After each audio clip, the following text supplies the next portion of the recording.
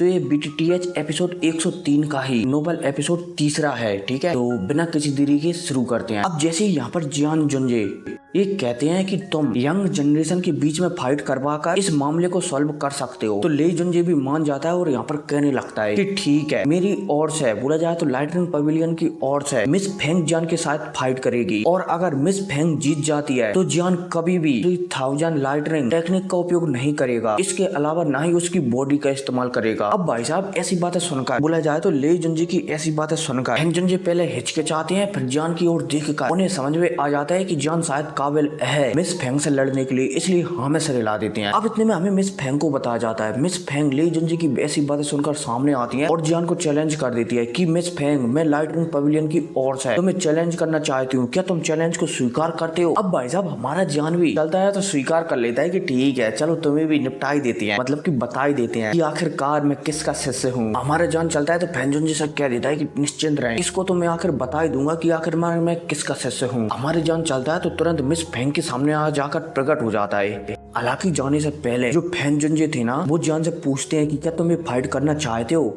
Miss Feng के बारे में बताते हैं कि मिस फेंग बहुत ही ज्यादा टैलेंटेड है और तो और उससे म्यू किंग लुआन भी नहीं जीत सकती, तो अगर तुम इस फाइट से पीछे हटना चाहते हो ना तो हट सकते हो। लेकिन हमारा जान उन्हें मना कर देता है कि नहीं, इस फाइट को मैं लड़ सकता हूँ। अब हमारा जान चलता है तो मिस फेंग के सामने प्रकट हो जाता है। अब इतने में हमें मिस फेंग को बताया जाता है जो कि बहुत ही ज्यादा टैलेंटेड थी, और तो और जब मिस फेंग डाउ जोंग लेवल पर नहीं पहुंची थी ना, तब उसने डाउ जोंग के 2 स्टार वाले बंदे को हरा दिया था, मतलब कि उससे लड़ी थी और वो मैच डरा रहा था। अब भाई साहब मिस फेंग के यहाँ पर और भी कारनामों के बारे में बताया जाता है कि मिस फेंग बहुत ही ज्यादा टैलेंटेड है और जो यंग जनरेशन है ना, उसमें मिस फेंग से आगे कोई भी नहीं है। अब इतने में हमें फिटियान और फेंग जुंजे को भी बताया जाता है जो कि अपनी अपनी कुर्सी पर वापस आ गए थे। अब जब फिटियान अपनी कुर्सी पर वापस आता है ना, तो ले जुंजे फिटियान को देखता है, जो कि फिटियान बहुत ही ज्यादा गुस्से में था। लेकिन ले जुंजे चलता है तो फिटियान से कहने लगता है कि गुस्सा मत करो, अगर तुम उस लड़के से लड़ते तो शायद इसमें तुम्हारी ही बेइज्जती होती। खैर जो भी हो, फिलहाल के लिए उससे मिस फेंग लड़ रही है और मैंने उससे कुछ कहा है, अगर मौका मिलेगा तो वो काम वो कर भी देगी। फिटियान भी ले जुंजे की बात सुनकर थोड़ा सा प्रसन्न होता है, लेकिन वो जानता है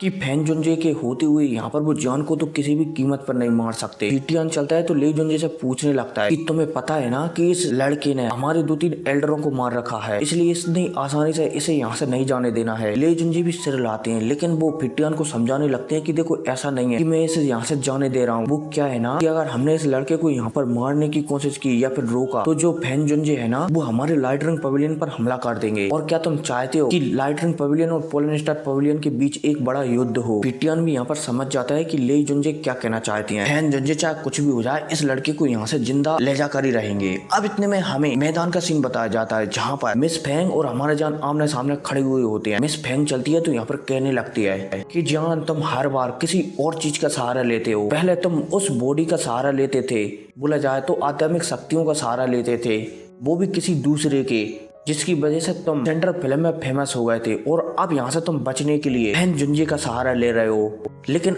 अब यहाँ से तुम बोला जाए तो हारने से तुम्हें कौन बचाएगा? अब भाई साहब जब हमारा जान यहाँ पर मिस फेंग की बात सुनता है ना, तो उसके चेहरे पर मुस्कुराहट आ जाती है। लेकिन हमारा जान चलता है तो यहाँ पर मिस फेंग से कहने लगता है कि तुम्हें क्या लगता है कि अगर तुम्हारे सिर के ऊपर लाइटनिंग पवेलियन का हाथ नहीं होता तो तुम कहाँ होते? अब भाई साहब जब हमारे जान एक कहता है ना, तो मिस फेंग को बुराई लग जाती है और वो हमारे जान के गाल और बालों को पटाने के लिए अपनी शक्तियों को रिलीज करती है। अब भाई साहब जैसी मिस फेंग अपनी शक्तियों को रिलीज करती है ना, तो चारों तरफ एक बवंडर उठने लगता है। इतने में हमारे जान को बताया जाता है, जो कि इस बवंडर को उठते हुए दिख रहा था। हमारे जान समझ जाता है कि मिस फेंग के पास शायद 2 प्रकार की द्यूकी है, एक तो है लाइटनिंग पवेलियन की द्यूकी और एक है वो मतलब कि जिस ट्राइब से आती है ना उसकी द्यूकी। अब इतने में हमें मिस फेंग को बताया जाता है जो कि अपनी शक्तियों से एक बवंडर बना देती है, जो कि बहुत ही विशाल लग रहा था। और तो और जब ये बवंडर घूम रहा था ना, तो मैदान में भी दरारें पड़ने लगती हैं। लेकिन इतने में हमारी जान को बताया जाता है, जो कि एकदम मस्त तरीके से खड़ा हुआ था, उसे इस तूफान से घंटा भी फर्क नहीं पड़ रहा था कि भाई कौन सा तूफान उसकी ओर आ रहा है।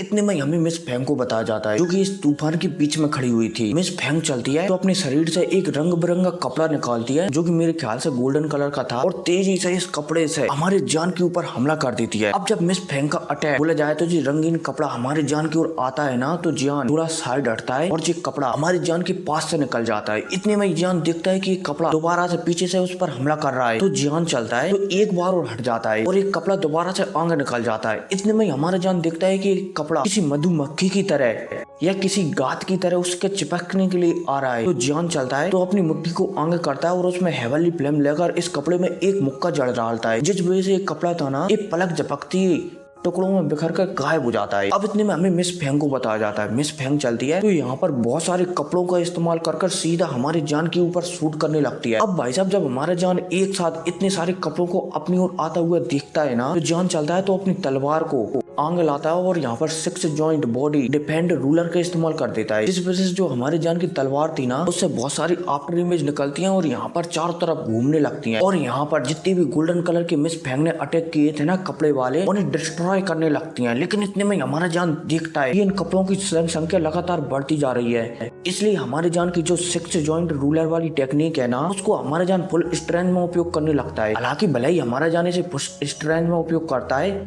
फिर भी जो मिस फेंग का जो रूलर वाला अटैक था ना कपड़े वाला, इसका कुछ ना कुछ हिस्सा हमारे जान से टकरा जाता है, जिस वजह से जान एकदम धरती में घुसता हुआ चला जाता है। बोला जाए तो यहाँ पर एक 10 फुट गहरा गड्ढा हो जाता है। आस पास के लोग हैरान हो जाते हैं कि मिस फेंग ने इस लड़के के ऊपर इतना पावरफुल हमला किया।